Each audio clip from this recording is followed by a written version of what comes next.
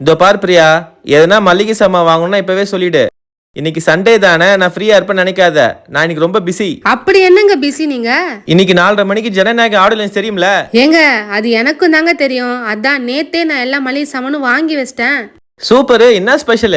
White vegetable biryani தான். பிரியாணினாலே நிறைய பேருக்கு பிடிக்கும். ஆனா நீங்க இது வரைக்கும் இந்த ஒயிட் பிரியாணி செஞ்சிருக்கீங்களா? இதுக்கு குக்கர்ல 2 டேபிள் ஸ்பூன் நெய், 1 டேபிள் ஸ்பூன் எண்ணெய், ஹோல் ஸ்பைசஸ், ஒரு 10 முந்திரி பருப்பு இதெல்லாம் சேர்த்து வதக்கிக்கலாம். லைட்டா கலர் மாறினதும் 2 வெங்காயத்தை ஸ்லைஸா கட் பண்ணி வதக்கிக்கலாம். மிக்ஸி ஜார்ல 4 பச்சை மிளகாய், ஒரு துண்டு இஞ்சி, ஒரு 6ல இருந்து 7 பல்லு பூண்டு, ஒரு 6 சின்ன வெங்காயம், ஹோல் ஸ்பைசஸ் இதெல்லாம் சேர்த்து அரைச்சிட்டு வெங்காயம் லைட்டாக வதங்கினதும் புதினாவும் நம்ம அரைச்சி வச்சிருந்த வெங்காயம் இஞ்சி பூண்டு பேஸ்ட் சேர்த்து வதக்கிக்கலாம்.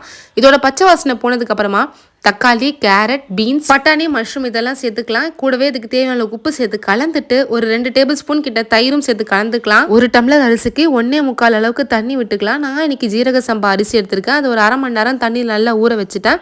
இப்போ கொதி வந்ததுக்கு அப்புறமா தண்ணியெல்லாம் நீக்கிட்டு ஊற வச்சிருந்த அரிசியில இதுல போட்டுடலாம். கடைசியா கொஞ்சமா கொத்தமல்லி பொடிசா நறுக்கி சேர்த்து கலந்துட்டு குக்கர் போட்டு மூடி ஒரு 2 விசில் ஹை ஃப்ளேம்ல வச்சு எடுத்தோம்னா சூப்பரா ஒயிட் பிரியாணி ரெடி ஆயிடும். டேஸ்ட் அல்டிமேட்டா இருக்கும். ட்ரை பண்ணி பாருங்க.